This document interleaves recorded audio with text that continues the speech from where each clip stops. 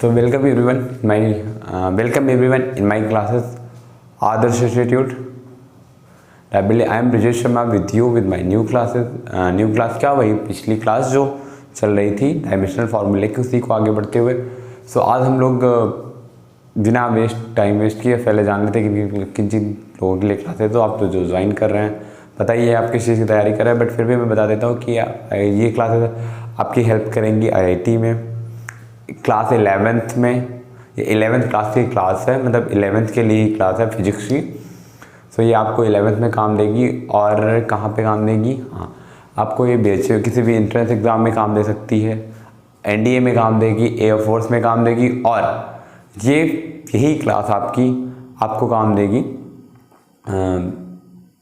NDA, air force, navy etcetera, polytechnic वगैरह के जितने भी एंट्रेंस एग्ज़ाम टाइप्स के भी होते हैं, या फिर आपका 11th है, इतना स्टैंडर्ड तो ये मेंटेन ही करेगी क्लास। सो स्टार्ट करते हैं क्लास। और आज हम लोग पढ़ेंगे यूज ऑफ डायमेंशन इक्वेशंस। तो क्या पढ़ेंगे हम लोग? Application of dimensional equations, application of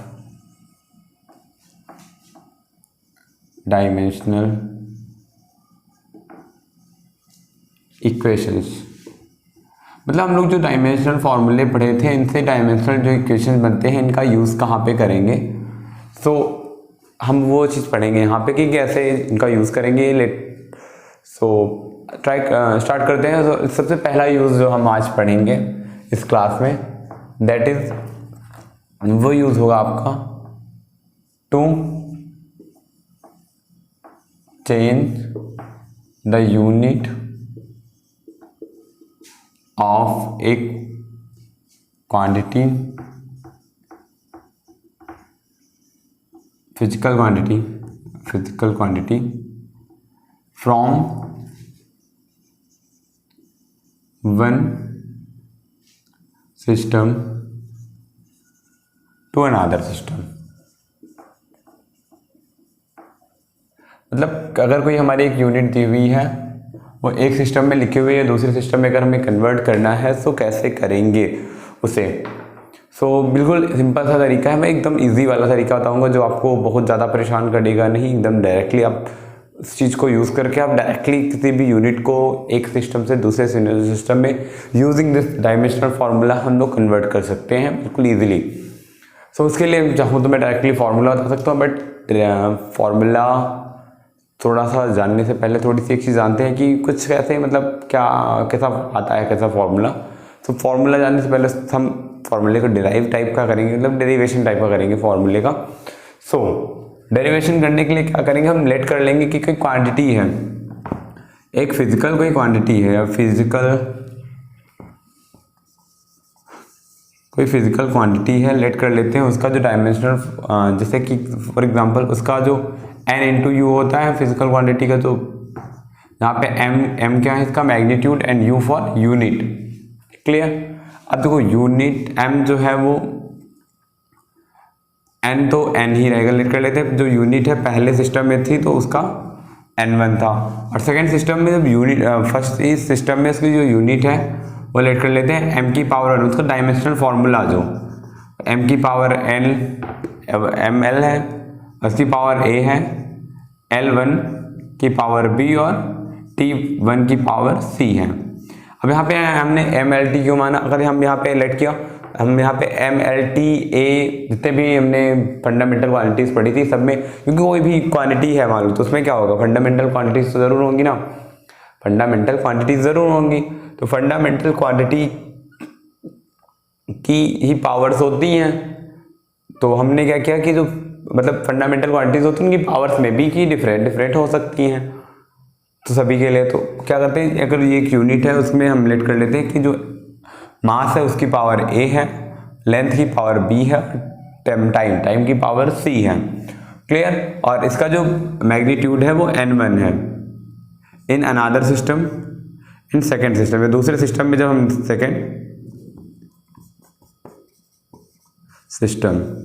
दूसरे सिस्टम में क्या करते हैं, उसका देखो सबसे पहले का मैग्नीट्यूड चेंज होगा। तो मैग्नीट्यूड तो हमने लेट कर लिया n2 है, लेकिन यहाँ पे क्या हुआ कि M1 अब M2 हो गया, क्योंकि यहाँ पे जब मास था वो मान लेते किसी दूसरे सिस्टम में था, यहाँ पे दूसरे सिस्टम में होगा, तो हमने क्या किया M1 M2 लेट कर लिया। और इसकी पावर A, पावर सेम ही रहेंगी क्योंकि पावर चेंज नहीं होती।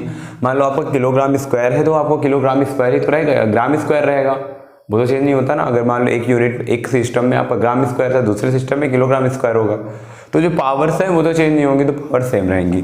और फिर L2 की पावर B और T2 की पावर C, ठीक है। अब एक चीज जानो, दोनों की वैल्यूज हमेशा कभी नहीं चेंज होती, भले मैग्नीट्यूड और यूनिट चेंज होता है बट वैल्यू कभी नहीं चेंज होती। आपने अगर एक फोर्स, एक थप्पड़ लगाया किसी को 1 न्यूटन का बल लगा के, यानी 1 न्यूटन का फोर्स लगा के किसी को 1 थप्पड़ लगाया, तो अब चाहे डाइन में लगाओ या फिर से न्यूटन में लगाओ, फोर्स उतना ही लगेगा। 1 न्यूटन की इक्वली एक डाइन का, सॉरी एक डाइन नहीं, जितने में 100 डाइन्स का भी फोर्स 1000 डाइन्स का भी फोर्स उतना ही होगा जितना 1 न्यूटन का होगा। सो इट मीन्स कि जितना भी हम अगर हमने 1 न्यूटन का फोर्स लगाया तो चाहे सीजीएस सिस्टम में लगाओ या फिर आप एमकेएस सिस्टम में लगाओ या एसआई सिस्टम में लगाओ, फोर्स उतना ही लगना है। तो मतलब वैल्यू चेंज नहीं होती, फिर सिस्टम चेंज हो रहा है, उसका मैग्नीट्यूड चेंज हो रहा है बट वैल्यू चेंज नहीं हो रही है। अगर आप कहें कि आप 2 किलोमीटर आप पर आवर की स्पीड में चल रहे हैं या फिर इसी को कन्वर्ट कर दिया जाए अगर हम मीटर में, तो हम उस स्पीड से चल रहे हैं मीटर पर सेकंड की स्पीड में। सो अब चल तो उतनी ही तेज रहे हैं ना, मे बी कि खाली हमारा क्या चेंज हो रहा है, हमारा system change, sorry magnitude change हो रहा है और उसके साथ उसकी क्वांटिटी जो आपका यूनिट है उसकी जो सिस्टम है वो चेंज हो रहा है। तो इसलिए हमें वैल्यू जो क्वांटिटी है वो घटी या बढ़ी मिल रही है। सॉरी पसीना थोड़ा सा आ रहा है, बस क्या करते हैं, तो वैल्यू चेंज नहीं होती, तो इसलिए वैल्यू दोनों की सेम होगी। मीन्स M1 की power A, L1 to the power B और T1 to the power C is equals to N2 M to the power A, L to the power B और T to the power C ये होगा। अब यहां से हम N2 की value अगर फाइंड आउट करें तो M1 अपॉन M2 की whole power A into L1 upon L2 की होल पावर B, सॉरी इसको बड़े ब्रैकेट के अंदर रखते हैं, और T1 upon T2 the power C ये होता है N1 is equal to formula. तो ये फॉर्मूला आपको याद रखना है, N2 is equal to N1 M1 upon M2 की whole power B A into L1 upon L2 की होल पावर B और T1 अपॉन T2 की होल पावर C। तो ये फॉर्मूला आपको नोट करना है, this formula to be noted. So ये फॉर्मूला आप नोट कर सकते हैं, इंपॉर्टेंट फॉर्मूला है और इसी फॉर्मूले को यूज़ करके हम लोग ये सारी चीज़ें आगे का जो क्वेश्चंस वगैरह हैं वो करेंगे। क्लियर। अब हम एक क्वेश्चन लेते हैं, ये आपने नोट कर लिया होगा आई होप, नहीं नोट किया तो आप वीडियो को पॉज करके रिवर्स करके जो भी करके आप इस चीज़ को नोट कर लीजिएगा और नोट्स बनाते रहिएगा। आप जो अगर पढ़ाई कर रहे हैं, मेरे क्लासेस रेगुलर अटेंड कर रहे हैं, तो आप प्लीज़ नोट्स बनाते रहिएगा साथ में। ओके, सो नाउ अब आगे हम लोग पढ़ेंगे इसका एग्जाम्पल कैसे कन्वर्ट करना है, बिकॉज कभी कभी क्या होता है कि जो ट्रेलर होता है मूवी से बहुत अलग होता है। तो हमने क्या किया, फॉर्मूला लिख दिया, बट ये फॉर्मूला ज़रूरी नहीं कि जो हमने जो तरीका पढ़ा था, मतलब जो हमने पढ़ा है वही हो सेम, तो हम लोग वो चीज़ पढ़ेंगे। So next question, sorry marker थोड़ा सा इंक कम पड़ गई थी। सो एग्जाम्पल्स कर लेते हैं और एक क्वेश्चन करते हैं। इसमें अगर बताया जा रहा है कि जो value of capital G is equals to 6.6, sorry I think वहां से दिख नहीं रहा होगा, the value of capital G is equals to 6.67 to 10 to power -8 और क्या होगा, डाइन इंटू मीटर स्क्वायर पर kilogram, sorry gram square. Value of G is equal to ये है, convert it into MKS system या फिर आपका दूसरा सिस्टम बोल सकते हैं SI सिस्टम। किसमें कन्वर्ट करना है, MKS में कन्वर्ट करना है या फिर SI सिस्टम में करना है। दोनों सेम सिस्टम्स होते हैं लगभग, अप्रॉक्सीमेटली सारी चीज़ें दोनों में सेम होती हैं एसआई सिस्टम में या एमकेएस सिस्टम में, तो हमें इसमें कन्वर्ट करना है। तो सबसे पहले देखो यहाँ पे जी का मैग्नीट्यूड, तो सबसे पहले कैपिटल जी का मैग्नीट्यूड जो है वो 6 पॉइंट, यानी कि n1 जो है वो कितना दिया हुआ है 6.67 10 टू पावर -8। अब उसके बाद देखो डाइन मीटर स्क्वायर, तो और क्या बस इतना ही दिया हुआ है शायद, हाँ। अब इसके बाद देखो m1 कितना है 1, क्योंकि पहले सबसे पहले इसका हम डायमेंशनल फार्मूला लिख देते हैं। डायमेंशनल फार्मूला इस चीज़ के लिए एक चीज़ जरूरी है कि डायमेंशनल फार्मूलेज आने चाहिए। Dimensional formula of capital G, ये होता है m, क्या होगा इसका फार्मूला, डायमेंशनल फार्मूला नहीं आता है तो फाइंड आउट कर सकते हैं। कैसे करेंगे हम, force is equal to G m1 m2 upon r square होता है, f का ml square ml t to the power -2, और g का हमें पता ही करना है m1 का m स्क्वायर अपॉन r का l स्क्वायर, यहाँ से l क्यूब हो जाएगा और m की power -1, m -1 l cube T to the power -2, तो कितना हो जाएगा इसका, capital G equal to m -1 l square T to the power l cube -2। यहाँ से हमें इसका डायमेंशनल फार्मूला मिल गया। अब यहाँ पे हम क्या करेंगे, तो m1 इज इक्वल टू 1, यहाँ पे ग्राम में गिवन है तो ग्राम में होगा, और m2 is l1 is equal to 1 centimetre और t1 is equal to 1 second.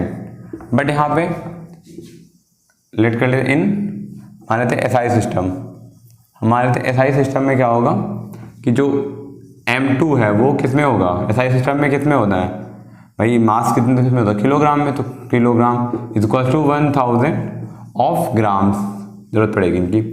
और L2 इज इक्वल टू क्या कर होता है 1 मीटर, दैट इज 100 सेंटीमीटर, और T1 is equal to 1 second, क्योंकि दोनों में सेकेंड टाइम होता है। अब देखो ये हमें चीज़ें पता है, अब हम डायरेक्टली फार्मूला अप्लाई कर सकते हैं। तो N2 is equal to N1 क्या होता था M1 बाई M2 की whole power A into L1 upon L2 की whole power B into T1 upon T2 की होल पावर C। तो देखो अब यहाँ से हम अगर कंपेयर करें तो A इज इक्वल टू कितना हो जाएगा, अगर इससे कंपेयर करें इसको तो A की पावर कितनी हो जाएगी, यहाँ पे लेट कर लेते हैं कि पावर इनकी ABC है, लेकिन यहाँ पे A की पावर अगर इससे कंपेयर करें तो A इज इक्वल टू कितना है, A की वैल्यू कितनी है -1, B की वैल्यू 3 और C की वैल्यू -2, तो सारी वैल्यूज पुट कर देंगे। और N1 की वैल्यू भी हमें पता है ऑलरेडी, तो 6.67 इंटू 10 टू पावर -8, और M1 की वैल्यू, M1 क्या है 1 ग्राम अपॉन 1 किलोग्राम की power -1 into L1 upon L2, मतलब L1 1 सेंटीमीटर अपॉन 1 मीटर की होल पावर +3, और 1 सेकेंड अपॉन 1 सेकेंड की होल पावर -2। अब यहाँ देखो हम चाहे तो 6.67 10 टू पावर -8, और फिर 1 ग्राम अपॉन 1000 ग्राम की होल पावर 1000 की होल पावर -1 इंटू 1 अपॉन 100 की पावर 3, और इंटू इसकी पावर 1 ही होगी तो 1 की पावर -2, तो ये वही होगा सब कुछ। अब यहाँ से देखो सॉल्व कर लेंगे कैसे हम, सो ये 1000 की पावर -1 ऊपर आएगा तो ये 1000 हो जाएगा, ठीक है। 1 अपॉन 1000 की पावर -1 मतलब इस पलट जाएगा, और ये तो ऊपर वाला मैं इरेज खींच दे रहा हूँ। सो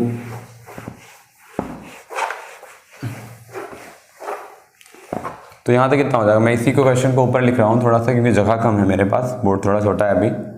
सो यहाँ से कितना हो जाएगा N2 is equal to 6.67 into 10 to power -8 into ये 100 ऊपर आ जाएगा क्योंकि पावर -1 है और ये माइनस पावर है, पलट देगा पूरा, तो इससे प्रोकल हो जाएगा इसका 1000 इंटू और ये हो जाएगा 1 अपॉन 100 से 100 की पावर -2 मतलब 10 टू पावर -2 ऊपर आएगा और इसकी पावर 3, मतलब 10⁻⁻6 हो जाएगा। माइनस मैथ्स वाले स्टूडेंट हैं, साइंस वाले जो भी हैं, आपको थोड़ा इतना तो नॉलेज होगा ही। तो 6.67 इंटू 10⁻⁻8 इंटू, यहाँ देखो 10⁻³ और यहाँ पे +3 होगी, जैसे 10⁻3 लिख सकते हैं, 10⁻6 या 10⁻6 तो 6.67 into 10⁻8 into 10⁻3 that is 6.67 into 10⁻8 और -3 कितना -11, तो n2 इज इक्वल टू 6.67 10⁻11 और अतः या सिंस या therefore the value of capital G in SI system is, क्या हो जाएगी इसकी 6.67 इंटू 10⁻11 और आगे क्या होगी भाई न्यूटन इंटू मीटर स्क्वायर पर किलोग्राम स्क्वायर। ये होगी कैपिटल G की वैल्यू और यही होती भी है MCAS सिस्टम में। सो ये तरीका था थोड़ा सा एक निकालने का, क्वेश्चन सॉल्व करने का तरीका था कि कैसे हम किसी सिस्टम को हम एक सिस्टम से दूसरे सिस्टम में यूजिंग डायमेंशनल फार्मूलाज कैसे चेंज कर सकते हैं। वीडियो बहुत बड़ा हो जाएगा, मैं नहीं चाहता एक्सटेंड करना, बहुत बड़े बड़े वीडियो नहीं लाना चाहता, बस 20 मिनट 15-20 मिनट का वीडियो इनफ है आप लोगों के लिए और मेरे लिए भी बनाने के लिए। सो आज के वीडियो में इतना ही, कल एक नए वीडियो के साथ मिलते हैं। लेकिन आप लोग का अभी चाहिए मत, आपका एक सपोर्ट ज़रूरत है, आपकी सपोर्ट बस आपकी इतनी चाहिए कि आप इस वीडियो को अगर आप पसंद आया हो प्लीज़ तो ज़रूर लाइक और शेयर करिएगा अपने दोस्तों के साथ।